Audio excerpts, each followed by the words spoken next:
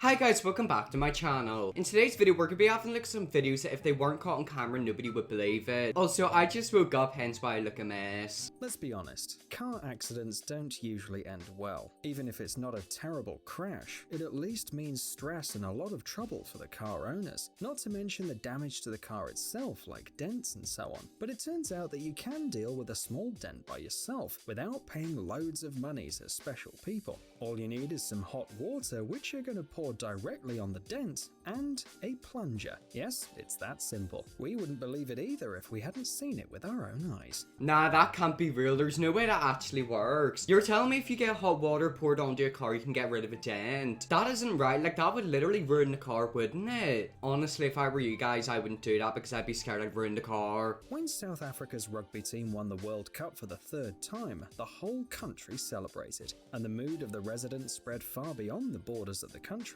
Sailors of the research vessel Gemini craft took a rugby ball into the sea and convinced a beluga to play with them. There's no way that beluga whale or whatever it's called literally played rugby with them. Isn't it crazy how smart animals actually are? Like, that whale is literally playing rugby with them. Something about that seems illegal and I don't know what. Yes, we're talking about a huge, scary whale. The crew members threw the ball into the water and the whale repeatedly caught it and brought it back. We usually expect this kind of behavior from dogs, but it can also be seen in beluga whales. They're curious, playful, and are ready to make contact with people, especially when they want to celebrate the success of their national team.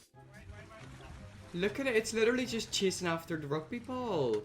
That's crazy. Honestly, that's like so weird. Like, I can't believe that happened. That literally makes me want to go into the ocean and play rugby with them. I shouldn't do that because I'm literally gonna get injured. Riding a bike with one hand? Easy peasy. Riding a bike with no hands? A little harder but doable. But what about riding without a front wheel? We wouldn't have thought it was possible.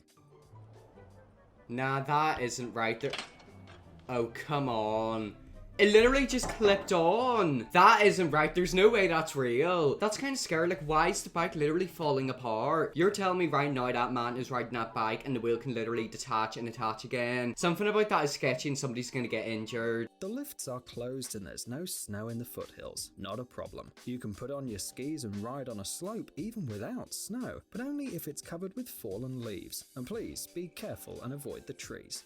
Okay, so I've actually been skiing before and this looks fun, but it also looks really dangerous. Like, look at the way they're literally skiing around. I'm telling you right now, if I'd done that, I'd actually fall down that big hill and break every single bone in my body. The leaves could be covering like a big rock. Like, imagine they go flying into a rock and get injured. I'm telling you, that's one way to get hurt. If you throw a coin in the water, it will sink instantly. Everyone knows this, and everybody has probably seen coins sink, for example, after throwing them into a fountain. But it turns out, even this rule has its exceptions. Aluminium coins can float because they don't weigh much, but you have to place them in the right way, and then the coins will float thanks to surface tension. Physics, friends, what a strange thing. To be honest, that's kind of like humans lying in water. Like, if you jump into a pool of water, you're obviously gonna like sink to the bottom, but if you just like gently get onto it and lie on it, you'll float there. So maybe we're like that coin. I don't know what it just said. It made zero sense whatsoever. Falling asleep behind the wheel is a nightmare. Even if it's just for a couple of seconds, something terrible can happen. The situation on the road can change at any moment, and if the driver can't react in time, they will pay with their life. And now imagine that you're driving on a busy road and suddenly notice that the driver of the car next to you is sound asleep. Okay, so I've seen that before. Basically, the guy's asleep in a Tesla. I think he came out and said he wasn't actually asleep, he was just dozing. The Tesla was in like automatic mode, or like it was driving itself, something like that. But isn't that so scary? Like, imagine you literally look to your right and somebody's asleep at the wheel. I think Teslas are cool, but they're kind of dangerous. Like, you don't know, they could literally crash. Fortunately, he's driving a Tesla with an autopilot. Strange, but okay. But after a while, you notice the same Tesla again with the same guy driving, and he's sleeping again.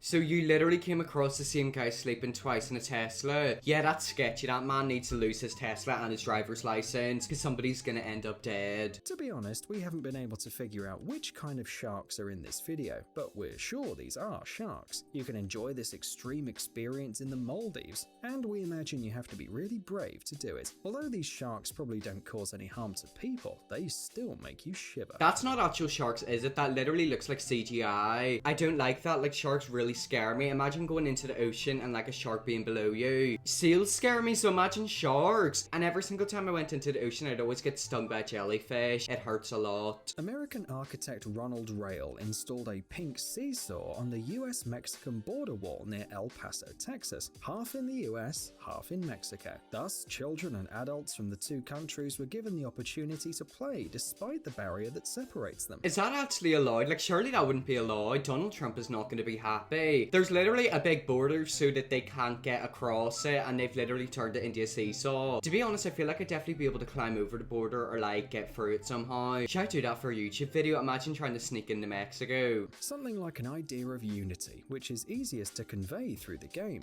The point is quite simple. The two sides are always connected. What happens on one side will affect what happens on the other side. The architect said that the idea of creating this art object came to him 10 years ago, but he only made it real this year. I guess that's really sweet, isn't it? I just hope that the border police people didn't take it off the big wall. Like, they're literally gonna ruin everyone's fun. Trained dogs? You won't surprise anyone with them. Think of something more interesting. What about parrots? And we're not talking about the ability to imitate human speech or other sounds, but about real training. It turns out that if you want to, parrots can be taught how to play basketball. Okay, parrots kind of scare me. Like, they can literally speak, swear, and bite you. There's no way a parrot's gonna be able to actually play basketball. Are they talking about like our basketball or like mini basketball? I couldn't see a parrot flying with a basketball on it. Of course, they won't be able to score a perfect three-pointer, but it's still pretty funny.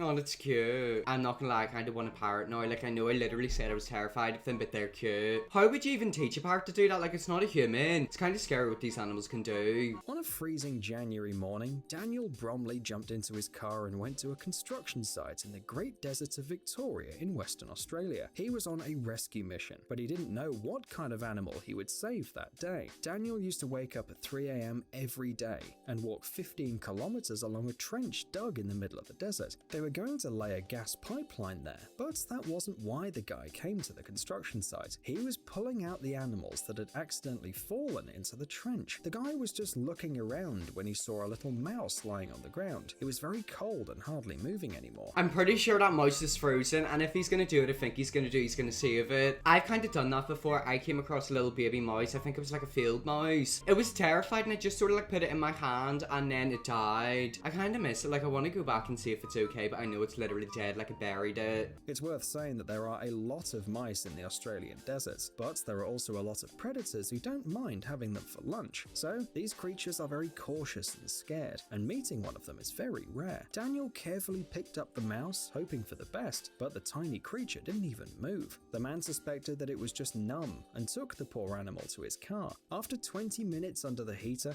the poor rodent came to its senses. No way that little mouse just came back alive. That man is literally Jesus. Like, he is God reincarnated. He literally just brought back a mouse from the dead. That's kind of scary. Like, they literally were in hibernation mode, asleep in the dark and cold. Imagine if humans are like that. Like, what happens if you could bring human back? Just put them in a big oven. Well, I mean, that's what you literally do when you cremate them. Look at the way it's just moving around. Good morning. But Daniel decided to wait until the evening. Only when the sun began to set, the guy released the mouse and it ran away happily. Wait, so the mouse literally disappeared? He didn't keep it as a pet? To be honest, I kind of wanted to keep my mouse as a pet, but it died. They're kind of cute, aren't they? Like, they literally are little people. They've got their own families and children and like grandparents and cousins. I wonder if they can speak to each other. Like, I'm low-key intrigued about that. Anyways, guys, that is the end of the video. That is some things that if it weren't caught on camera, nobody would believe it. I hope you enjoyed this video. If you did, smash the subscribe button, and yes, I'll see you all in my next video.